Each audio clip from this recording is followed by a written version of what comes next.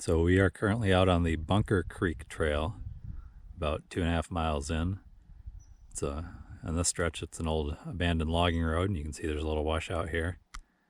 And we could get across that, but there's supposed to be a pretty good chance of storms today, so I think this would be a decent spot to turn around, head back and do some fishing.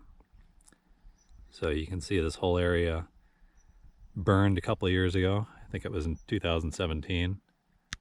Just this entire valley has been completely wiped out.